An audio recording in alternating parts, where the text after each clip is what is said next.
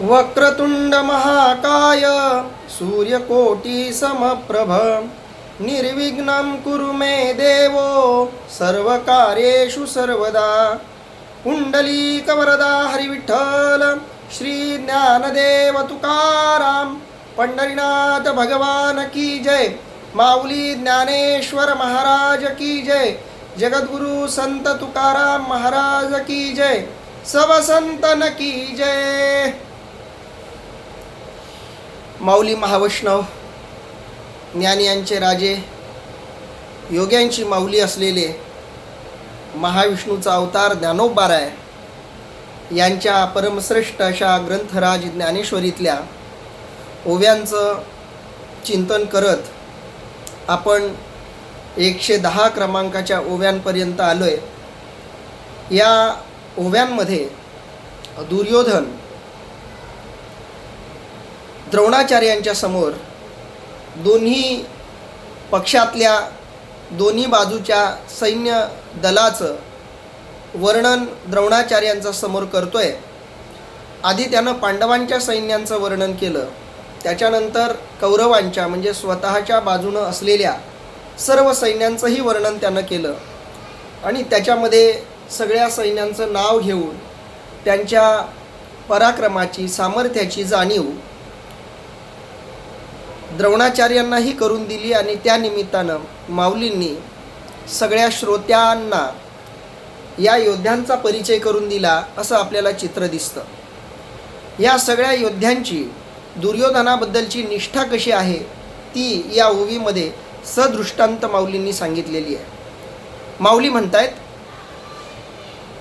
पतिव्रतेचे हृदय जैसे पती वाचून न स्पर्शे मी सर्वस्व या तैसे सुभटासी। अर्थात ज्याप्रमाणे पतिव्रतेचे मन पती वाचून दुसरे ठिकाणी जात नाही त्याप्रमाणे या वीरांना मी जीव की प्राण आहे। इथं पतिव्रतेचा उल्लेख माऊलींनी केलाय। माऊलींनी आपल्या ज्ञानेश्वरीमध्ये स्त्रियांच्या बाबतीत अनेक ठिकाणी आपली वेगवेगळी मतं मांडलेली आहेत। त्यामध्ये माऊलींना आवडीची वाटणारी काही स्त्री भूमिका आपल्याला ज्ञानेश्वरीमध्ये दिसतात।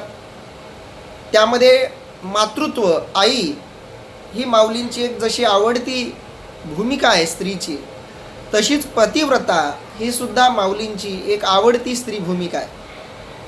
मंगला सासवडे नावाच्या सासवडच्या एका ज्ञानोबारायांच्या अभ्यासक ताईंनी मी पुण्यामध्ये असताना साधारण 2011-12ला एक पुस्तक लिहिलं होतं, ज्ञानेश्वरीतील स्त्री दर्शन नावाचं। या पुस्तकामध्ये त्यांनी ज्ञानोबारायांना आवडणाऱ्या ज्या स्त्री भूमिका आहेत, ज्या आपल्याला समाजामध्ये वावरताना दिसतात, अशा काही निवडक स्त्री भूमिकांबद्दलचं माऊलींचं मत, त्या सगळ्या भूमिकांच्या संदर्भात माऊलींनी केलेलं भाष्य अतिशय संशोधनात्मक स्वरूपामध्ये त्यांनी त्या पुस्तकामध्ये मांडलेलं होतं।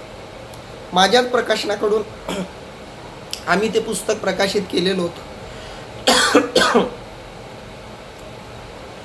या पुस्तकातून ज्या वेगवेगळ्या स्त्रीविषयक भूमिका माऊलींनी मांडलेल्या आहेत त्यापैकी पतिव्रतेची भूमिका आहे आणि त्या सगळ्या चिंतनामध्ये ही सुद्धा ओवी त्यांनी घेतलेलं मला आठवतं। कारण या ओवीमधून माऊलींनी पतिव्रतेची निष्ठा अधोरेखित केलेली आहे आणि या पतिव्रतेच्या निष्ठेचा दृष्टांत कौरवांच्या सगळ्या सैन्यांची दुर्योधनावर असलेली निष्ठा स्पष्ट करण्यासाठी दुर्योधनानं दिलेला हा दृष्टांत आहे, ज्यामध्ये दुर्योधन म्हणतो की ज्या पद्धतीनं एखादी पतिव्रता स्त्री पतिव्रतेचे हृदय जैसे, एखाद्या पतिव्रतेचं हृदय ज्याप्रमाणे पती वाचून न स्पर्शे, पतीशिवाय इतर कुणाच्याही शरीराचा स्पर्श ती आपल्या शरीराला जसं होऊ देत नाही, शरीरालाच काय तर मनालाही ती इतर पुरुषाचा स्पर्श होऊ देत नाही, मी सर्वस्व या तैसे सुभटासी, त्या पद्धतीनं या सगळ्यांची भूमिका आहे। जे माझ्या बाजूने उभे असलेले योद्धे आहेत त्या सगळ्या योद्ध्यांची ही भूमिका आहे की त्यांनी माझ्याच ठिकाणी आपलं सर्वस्व, आपली निष्ठा वाहिलेली आहे. आणि म्हणून पतिव्रता जसं पतीच्या आनंदासाठी प्रत्येक गोष्ट करते, तिच्या सुखदुःखाचं ध्येय एकमेव आपल्या पतीचं सुख हेच असतं, अगदी त्या पद्धतीनं त्यांची माझ्यावरती निष्ठा आहे. आणि पती कसाही जरी असला तरी पतिव्रता आपल्या पतीवर तितकीच निष्ठा ठेवून राहते. अगदी त्या पद्धतीनं या सगळ्यांची माझ्यावरती निष्ठा आहे, ही गोष्ट दुर्योधन द्रोणाचार्यांना आठवण करून देतो आहे. आमुचिया काजाचे निपाडे, देखती आपुले जीवित थोकडे, ऐसे निरवधी चोखडे स्वामी भक्त. अर्थात हे स्वामी भक्तीविषयी इतके निस्सीम आहेत की आमच्या कामापुढे ते आपले प्राणही तुच्छ मानतात. आपल्या स्वामीवर, आपल्या मालकावर, आपल्या राजावर त्यांची इतकी निष्ठा आहे की आमुचिया काजाचे निपाडे. आमुचिया म्हणजे आमच्या, म्हणजे माझ्या, काजाचेनी म्हणजे कामाच्या निमित्तानं, कामासाठी, माझ्या हितासाठी, माझ्या भल्यासाठी. आमुचिया काजाचेनी पाडे, माझ्या हिताच्या कार्यासाठी गरज पडली तर देखती आपुले जीवित तोखडे. देखती म्हणजे बघतात, पाहतात, आपुले म्हणजे स्वतःचे, जीवित म्हणजे प्राण, थोकडे म्हणजे तुच्छ किंवा कमी. माझं काम पूर्ण करण्याच्या वेळी आपले प्राणही जे तुच्छ मानतात, म्हणजे माझी इच्छा पूर्ण करण्यासाठी, माझं हित साध्य होण्यासाठी जे आपल्या प्राणाची सुद्धा पर्वा करीत नाहीत. आमुच्या काजाचे निपाडे, देखती आपुले जीवित थोकडे, ऐसे निरवधी चोखडे स्वामी भक्त. ऐसे म्हणजे या पद्धतीनं. निरवधी शब्दाचा अर्थ आहे काष्ठेचे निस्सीम, चोखडे म्हणजे चांगले, स्वामी भक्त ते आहेत. आपल्या स्वामीची इच्छा पूर्ण करण्यासाठी त्यांना आपल्या प्राणाचीही सुद्धा पर्वा वाटत नाही. बघा, स्वामी भक्ती कशी असावी, आपल्या राजावरती निष्ठा कशी असावी, त्याचं इथं खूप सुंदर असं वर्णन माऊलींनी केलं. हीच स्वामी निष्ठा कुठंतरी आपल्या लोकांमध्ये कमी पडली. माऊलींच्या या शब्दांना आपण तितकेसे जागलो नाही. माऊलींनी ज्या गोष्टीच्या सूचना केल्या होत्या त्या आपण नीटपणे समजून घेतल्या नाहीत. आणि म्हणून भारताचा जो इतिहास आहे तो बऱ्याच मोठ्या प्रमाणात दुर्दैवी राहिलेला आपल्याला दिसतो. माऊली 13व्या शतकाच्या उत्तरार्धामध्ये आपलं अवतार कार्य करतायत. आणि या अवतार कार्यानंतर लगेच म्हणजे शके 1212 म्हणजे 1290ला माऊलींनी ही ज्ञानेश्वरी लिहिली. इसवी सन 1290 साली ज्ञानेश्वरी लिहिली. 16व्या वर्षी ज्ञानेश्वरी लिहिल्यानंतर अवघ्या 21व्या वर्षी म्हणजे ज्ञानेश्वरी लिहिल्यानंतर 6च वर्षात माऊलींनी देहत्याग म्हणजे संजीवन समाधी घेतली. माऊलींच्या संजीवन समाधीच्या नंतर म्हणजे 90ला ज्ञानेश्वरी, 1296ला माऊलींचं संजीवन समाधीचा प्रसंग आणि त्याच्यानंतर 1314ला अलाउद्दीन खिलजीची यादवांच्या राज्यावरती स्वारी आणि मग तिथून परकीय आक्रमणाला सुरुवात आणि मग यादवांचा पराभव आणि हळूहळू मुस्लिम सत्तेची सबंध भारतभर वाढत गेलेली राजशाही सत्ता व्याप्ती, हा सगळा थोडासा भाग चिंतनात घेतला तर माऊलींची ही ओवी डोळ्यासमोर ठेवणं किती गरजेचं होतं ही गोष्ट आपल्या लक्षात येते. परकीय आक्रमणासमोर आपण कमी का पडलो? यादवांची सत्ता त्या काळी प्रचंड मजबूत होती. त्या काळातल्या कोणत्याही माणसाला असं वाटत नव्हतं, म्हणजे स्वतः यादव नरेशाला सुद्धा वाटलं नव्हतं की आपली सत्ता कोणीतरी पराभूत करू शकेल. आणि म्हणूनच ते गाफील राहिले.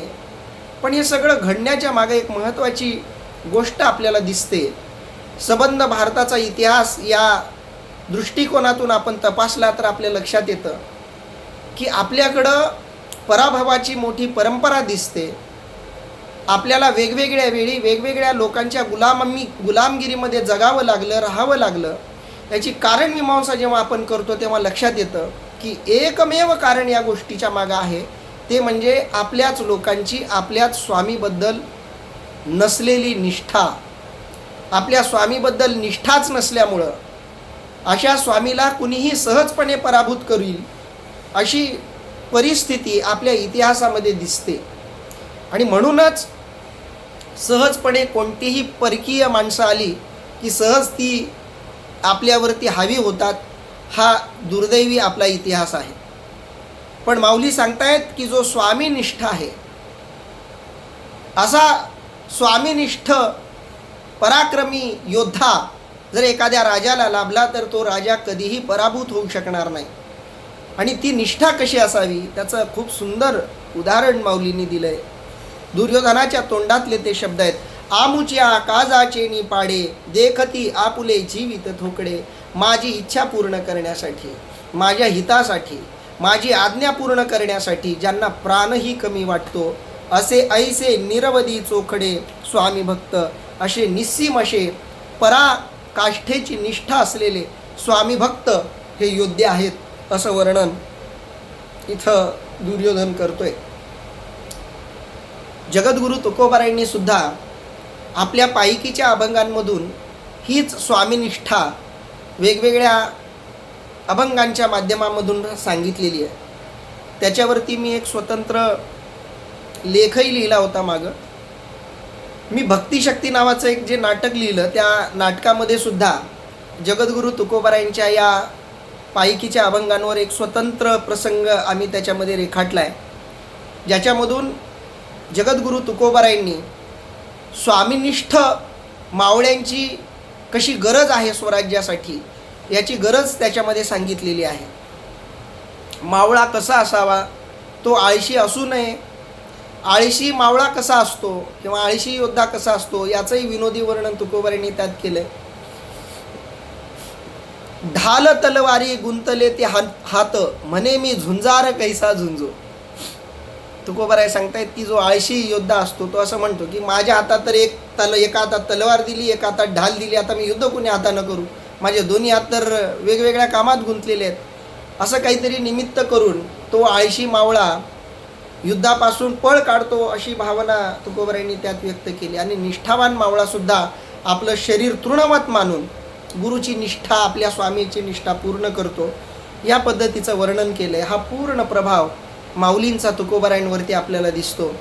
आणि ज्या तुकोबारायांच्या पायकीच्या अभंगांमधून असे मावळे जन्माला आले की ज्यांनी छत्रपती शिवाजी महाराजांच्या स्वराज्य स्थापनेच्या संकल्पाला परिपूर्ण करण्यासाठी, स्वराज्याची निर्मिती व्हावी याच्यासाठी आपले प्राणसुद्धा आनंदानं काळाच्या स्वाधीन केले. अशा कितीतरी मावळ्यांचं चरित्र इतिहासांनी भरलं आहे. आपल्या मराठी माणसाचं, मराठी मातीचं, महाराष्ट्राचा पूर्ण इतिहास अशा अगणित मावळ्यांनी भरलेला आपल्याला दिसतो.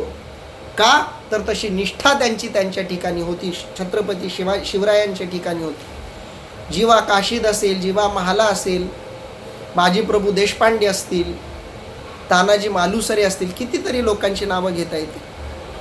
छत्रपती शिवाजी महाराजांसारख्या चांगल्यांवरही निष्ठा या मावळ्यांनी ठेवली म्हणून स्वराज्य निर्माण झालं. याच्यापेक्षा आणखी विशेष निष्ठा म्हणजे द्रोणा या दुर्योधनाच्या बाजूला लढणाऱ्यांची म्हणायला हवी. इतका पराक्रम स्वतःकडे असून सुद्धा ते दुर्योधनावर सुद्धा निष्ठा ठेवून आहेत, राजधर्म पाळतायत.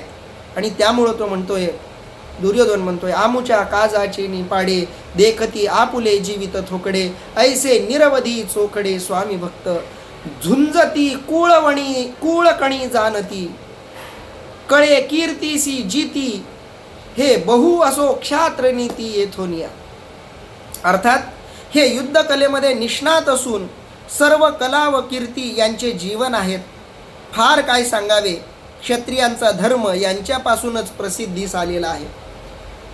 ज्यांची माझ्यावरती प्रचंड निष्ठा आहे, माझी इच्छा पूर्ण करण्यासाठी प्राणसुद्धा तृणवत मानून प्राणांची आहुती देण्याची मानसिकता ज्यांची आहे, पतिव्रतेची पतीवर जशी निष्ठा असावी तशी माझ्यावर ज्यांची निष्ठा आहे, असे हे जे योद्धे आहेत ते झुंजती कुळकणी जाणती. कुळकणी शब्दाचा अर्थ आहे कुशलता. झुंजती म्हणजे युद्धाच्या बद्दल, युद्ध करणं, झुंजण्याची पद्धती या अर्थानं झुंजती शब्द आहे. कुळकणी जाणती, युद्ध कसं करावं हे जे कुशलतेने जाणतात किंवा युद्धाचं कुशल जे जाणतात, युद्धाचं कौशल्य जे जाणतात. कळे कीर्तीसी जीती. कळे कीर्तीसी जीती म्हणजे कळा व कीर्ती यांनी ज्यांचं जीवन पूर्णपणे भरलेलं आहे. बघा, युद्धाची कला पूर्णपणे पारंगत केल्यामुळं जे कीर्तिवान झालेले आहेत, ज्यांची कीर्ती त्यांच्या पराक्रमानं, त्यांच्या वीरत्वानं झालेली आहे. कळे कीर्तीसी जीती, जे अशा युद्ध कौशल्यामुळं कीर्तिमान झालेले आहेत आणि अशा कीर्तीतच ज्यांना जगावंसं वाटतं किंवा जे अशा कीर्तीतच जगतात. हे बहु असो क्षात्र नीती येथोनिया. हे काय वर्णन सांगू, हे बहु असो असं भरपूर काही सांगता येईल, पण असो क्षात्र नीती येथोनिया. क्षात्र धर्म, क्षत्रिय धर्मच इथून सुरू होतो.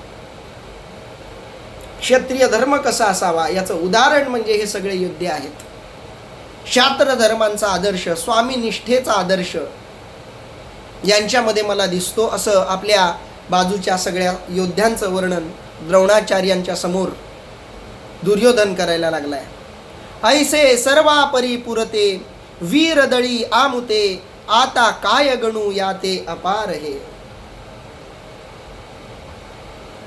याप्रमाणे आमच्या सैन्यात सर्वतोपरी पराक्रमी असे अपार वीर आहेत, त्यांची किती म्हणून गणती करावी.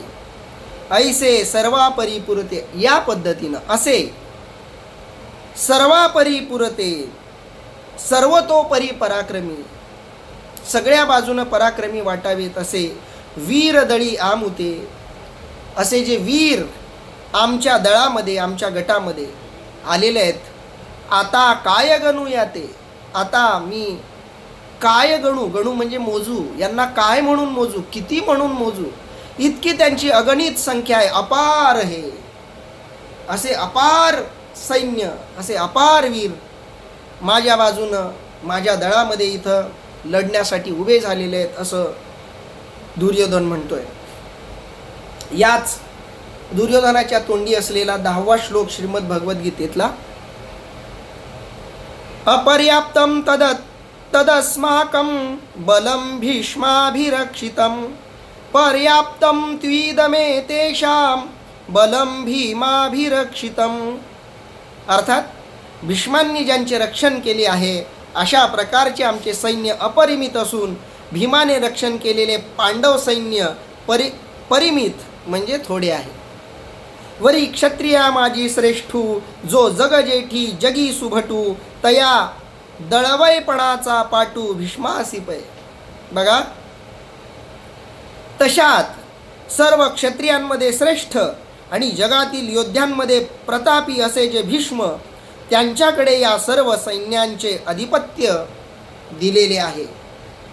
या सगळ्या सैन्यांचं जे वर्णन दुर्योधन करतोय ते सगळे सैन्य आपल्या स्वामीप्रती निष्ठावान असलेले, स्वतःच्या युद्धामध्ये कुशलता प्राप्त केलेले, युद्धामध्ये विजय मिळवून जगामध्ये कीर्ती मिळवलेले आणि पतिव्रतेची पतीवर निष्ठा असावी तशी स्वामीवर आपली निष्ठा असलेले असे अगणित जे पराक्रमी वीर योद्धे आहेत, त्या सगळ्यांचं नेतृत्व करणारे, त्या सगळ्या सैन्यांचं नियोजन करणारे पितामह भीष्म आहेत, जे की वरी क्षत्रिया माझी श्रेष्ठ.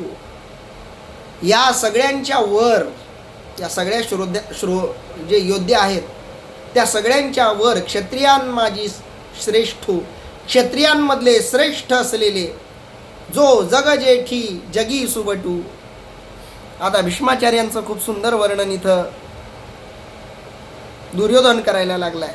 सर्व क्षत्रियांमध्ये श्रेष्ठ आणि जगातील योद्ध्यांमध्ये प्रतापी असे, जे जग जेठी जगी सुवटू, सगळ्या जगामध्ये सुद्धा पराक्रम्यांमध्ये जे पराक्रमी वाटावेत, तया दळवैपणाचा पाटू, त्यांना दळवेपणाचा अर्थात सेनाधिपती पदाचा पाटू म्हणजे अधिकार आम्ही दिलेला आहे. ते कोण आहे तर भीष्म आहेत. भीष्मासी पय म्हणजे त्यांना विभक्ती प्रत्यय आहे त्या काळातला. पै हा अनेक ठिकाणी त्या अर्थानं आला आहे. भीष्मासी पै म्हणजे भीष्मांना आम्ही या सगळ्या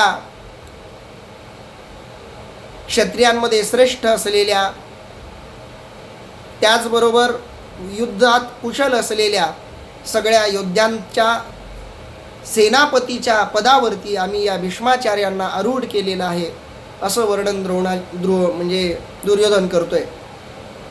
आता याचे निबळे गवसले, हे दुर्ग जैसे पन्नासिले, येणे पाडे थेकुले लोकत्रय. अर्थात त्यांनी हे सर्व सैन्य आवरून अशा बेताने रचिले आहे की जणू काही हे किल्लेच बांधलेले आहेत. त्यांच्या शौर्यापुढे त्रिभुवन देखील तुच्छ आहे.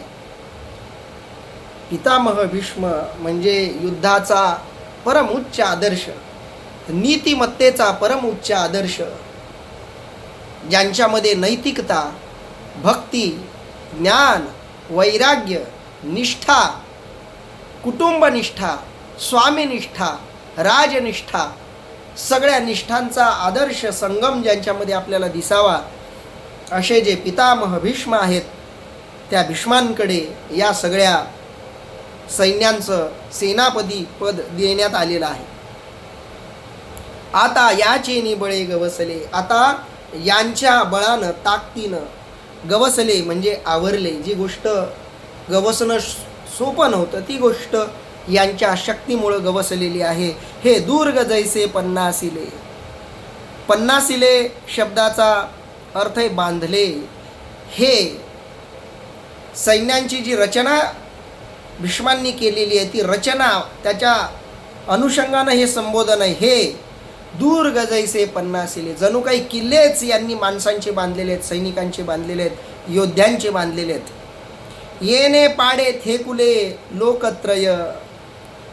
कशा पद्धतीने त्यांनी रचना केली की ज्यांच्या समोर तीन लोक, लोकत्रय म्हणजे तीन लोक, स्वर्ग मृत्यू पाताळ यांना उद्देशून लोकत्रय शब्द आलेला आहे. येणे पाडे थेकुले लोकत्रय, अर्थात ज्यांनी भीष्माचार्यांनी रचलेली ही जी व्यूहनीती आहे ही जणू काही तिन्ही लोकांना सुद्धा तुच्छ मानेल अशा पद्धतीची ही रचना आहे. आधीच समुद्र पाही तेथ दुवाडपण कवना नाही, मग वडवानळू तैसे याही विरजा जैसा. अर्थात विचार केला असता ज्याप्रमाणे सर्व प्रकारे समुद्र दुस्तर असून आणखी त्यास वडवानळाने साह्य व्हावे. आता माऊली पुन्हा दृष्टांत वेगवेगळ्या प्रतिमा प्रतीकांच्या आधारावर या द्रोणाचार्यांच्या सेनापती पदाचं आणि त्यांच्या नियंत्रणात असलेल्या सगळ्या पराक्रमी योद्ध्यांचं, ह्या दोघांचं जे समीकरण जुळलंय आणि त्या समीकरणामुळं किती विद्रूप अशी सर्वशक्तिमान अशी शक्ती दुर्योधनाकडे एकवटलेली आहे, त्याचं सूचन माऊली करताना म्हणतायत. आधीच समुद्र पाही, आधीच समुद्र आहे, ते तर द्वाडपण कवना नाही, आणि त्या समुद्राच्या ठिकाणी सोपेपणा तर नाहीच आहे, तो दुस्तर आहे. मग वडवानळू तैसे याही विरजा जैसा. आणि अशा समुद्राच्या मदतीला वडवानळ यावा. समुद्र आधीच विरजा आहे, म्हणजे समुद्र आधीच दुवाड आहे, दुस्तर आहे. दुवाडपण शब्दाचा अर्थ आहे दुस्तर. दुस्तर शब्दाचा अर्थ आहे ज्याला पार करणं सोपं नाही.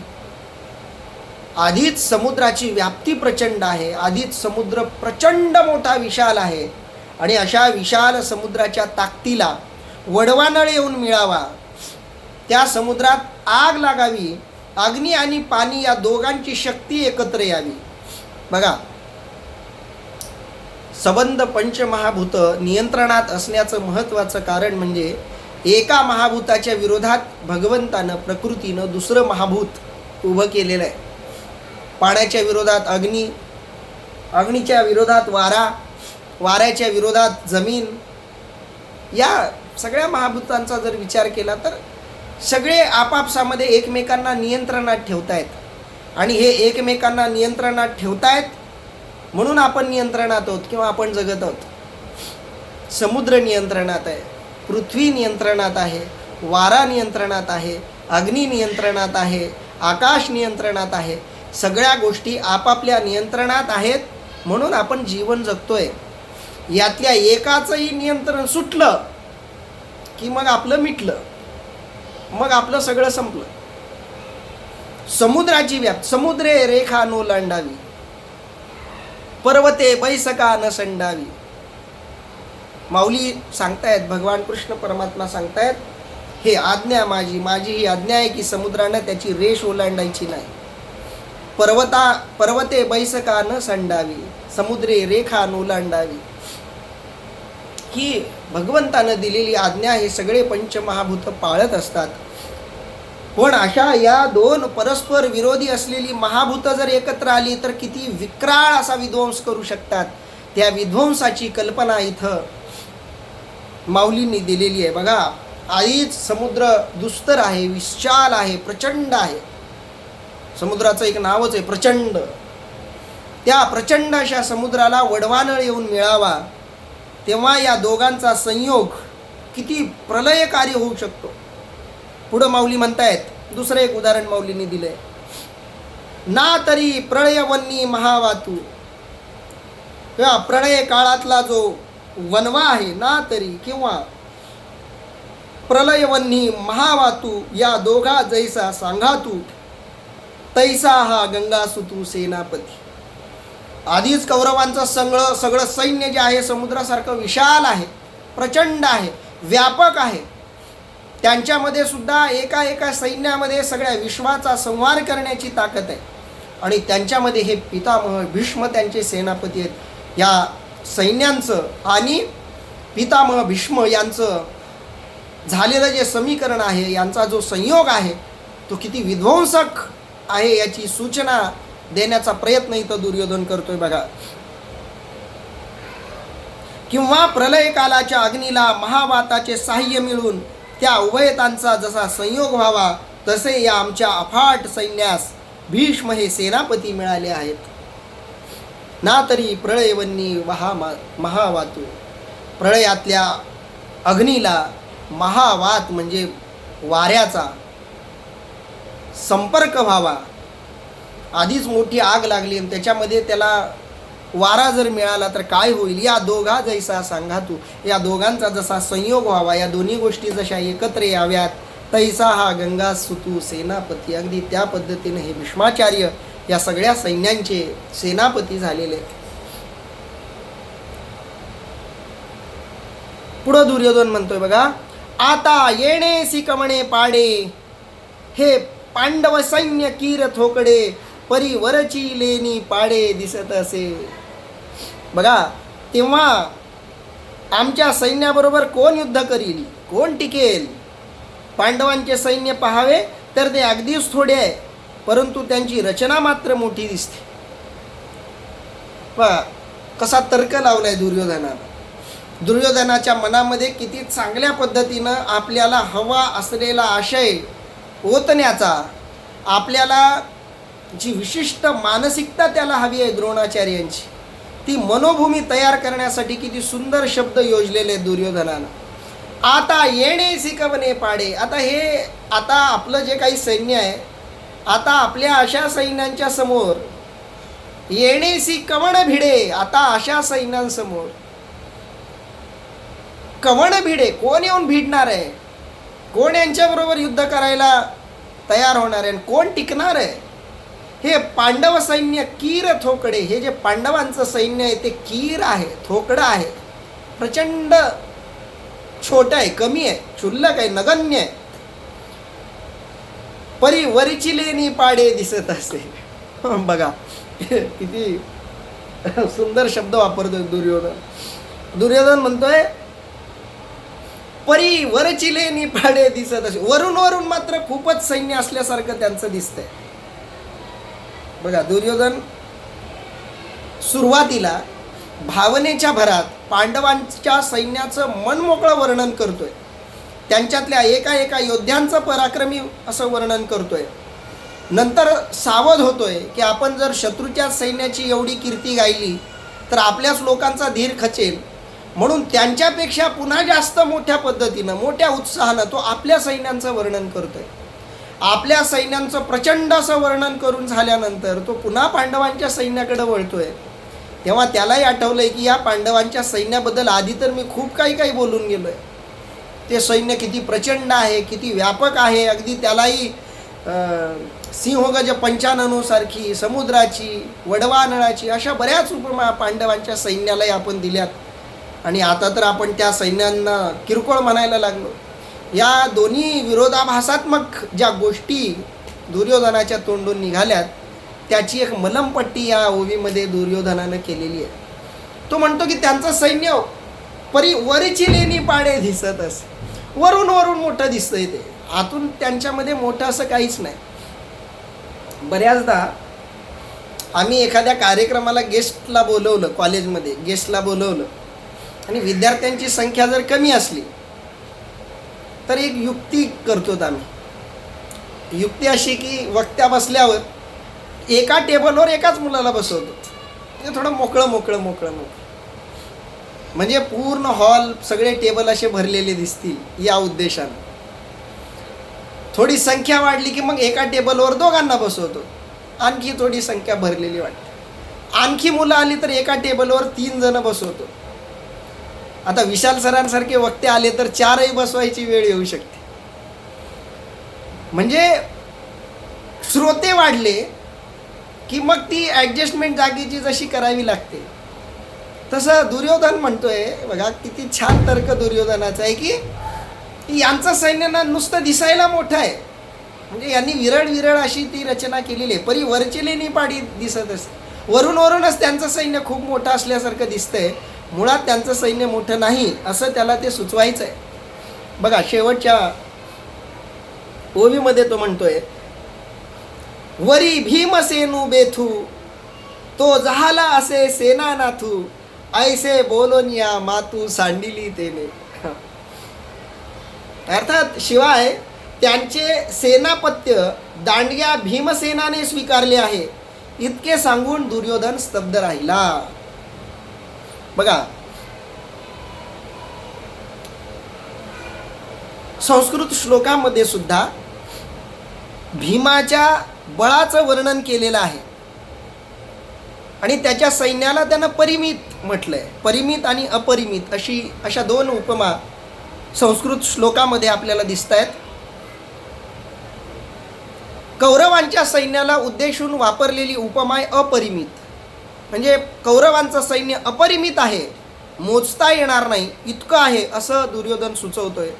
आणि त्याच्या तुलनेत भीमाच्या रक्षणात आलेलं, नियंत्रणात असलेलं पांडव सैन्य परिमित आहे, मोजता येण्यासारखं आहे. अशा पद्धतीचं वर्णन या दोन्ही सैन्य गटाचं दुर्योधन करतोय. माऊली त्यांचं वर्णन करताना म्हणतायत, वरी भीमसेनू बेथू तो जहाला असे सेना नाथू ऐसे बोलोनिया मातू सांडिली तेने. वर, या सगळ्यांच्या वर, पांडवांच्या सैन्याच्या वर भीमसेनू बेथू. बेथूचा अर्थ होतो दांडगा.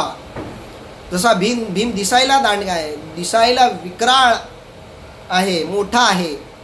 वरी भीमसेनू बेथू. बेथू ही 13व्या शतकातली थोडीशी व्यंग सांगणारी अशी असं ती विशेषण आहे.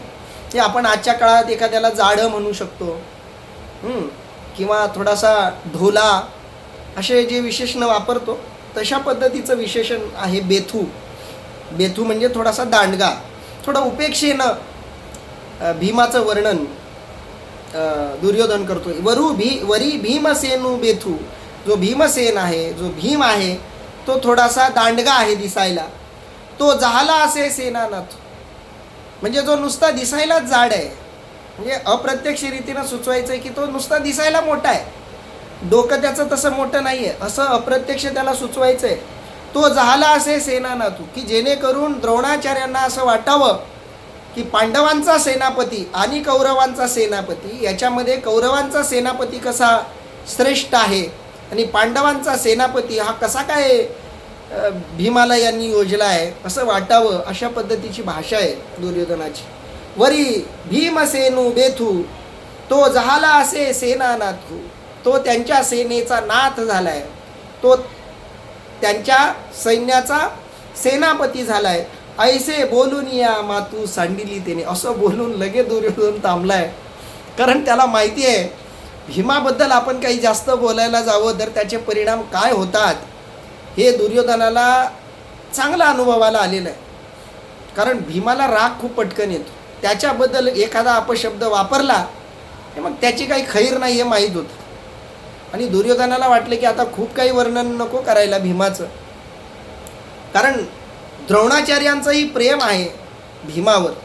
आपण जर याचे खूपच दोष दाखवत गेलो, सांगत गेलो तर द्रोणाचार्य आपल्यावरच ओरडतील की तू काय वेड्यासारखं त्याला बोलतोयस वगैरे. म्हणून आपण आताच शब्द आवर्ते घेतलेले बरे. या दृष्टीनं ऐसे बोलून या मातू सांडिली तेने, असं म्हणून असं बोलून मातू म्हणजे जो विषय चालू होता तो सांडिली तेने, हा विषयच त्यानं बाजूला ठेवून टाकला. तिथंच त्यानं तो आपला विषय थांबवला. पुढं मात्र दुर्योधन काही बोलला नाही. कारण पांडवांच्या सैन्याचं किती जरी आपण वर्णन निम्न या पद्धतीचं करायला लागलो, दुय्यम या पद्धतीचं करायला लागलो, तरी ते सैन्य तितकंच पराक्रमी आहे हे वास्तव नाकारून चालणार नाही. आणि त्यांचं गुणगान करत गेलो की आपल्या लोकांचा धीर खचल्याशिवाय राहणार नाही. ह्याच्यापेक्षा हा विषय इथंच थांबवलेला बरा असं वाटून दुर्योधन अतिशय समजदारीनं योग्य वेळी आपलं वर्णन बोलून थांबलाय. आणि 120 क्रमांकाच्या ओवीपर्यंत आपलं विवेचन आलं आहे. श्लोक क्रमांक 11 आणि ओवी क्रमांक 121 पासूनचं विवेचन आपण उद्याच्या दिवसामध्ये घेऊयात. आता आपण इथं थांबूयात. पुंडलिक वरदा हरिविठ्ठल श्री ज्ञानदेव तुकाराम पंढरीनाथ भगवान की जय. माऊली ज्ञानेश्वर महाराज की जय. जगद्गुरु संत तुकाराम महाराज की जय. सब संतन की जय.